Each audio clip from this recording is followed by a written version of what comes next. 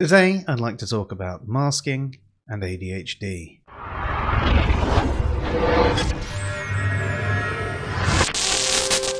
Most people mask part of their personalities, and people with mental health issues are generally pros at this. But what actually is masking? Masking is a process by which an individual changes or masks their natural personality to conform to social pressures, abuse, or harassment.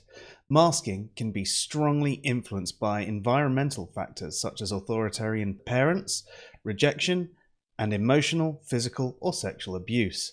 An individual may not even know they are masking because it is a behavior that can take on many forms. One of the most common examples of masking you can see in depressed people, how they might appear outwardly happy and loving and outgoing, and you'll have people make comments like, "Oh, well, you don't seem like you're depressed," and that's because they're masking and they're really hurting inside. One of the biggest issues with masking is it can make it harder for people to actually be diagnosed, and it can take a much longer time. People who have lived with various conditions all of their life become pros at masking, trying to fit into societal norms, and everybody thinks they are just like everyone else, and are somewhat surprised when they come out and say, well, no, I've got this problem. However, masking can sometimes make us feel really isolated because we're having to put on this front and no one gets to know the real us. Since getting my ADHD diagnosis, I've been researching ways to cope with certain things better, various strategies and the like,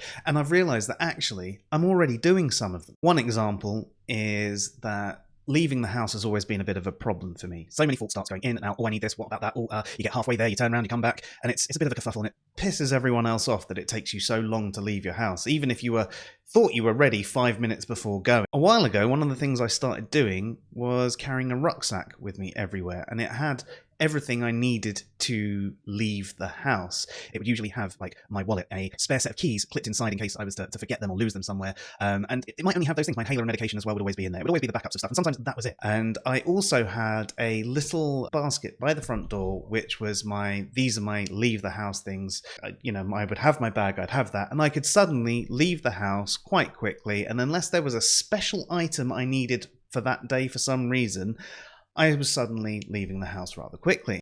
However, if ever anyone moved my bag or put their own stuff in my spot and blocked it or anything like that, it caused some intense anger and caused me to blow up. Now, this is the next topic I'd like to cover off, which is emotional regulation, but I will come back to masking in the future.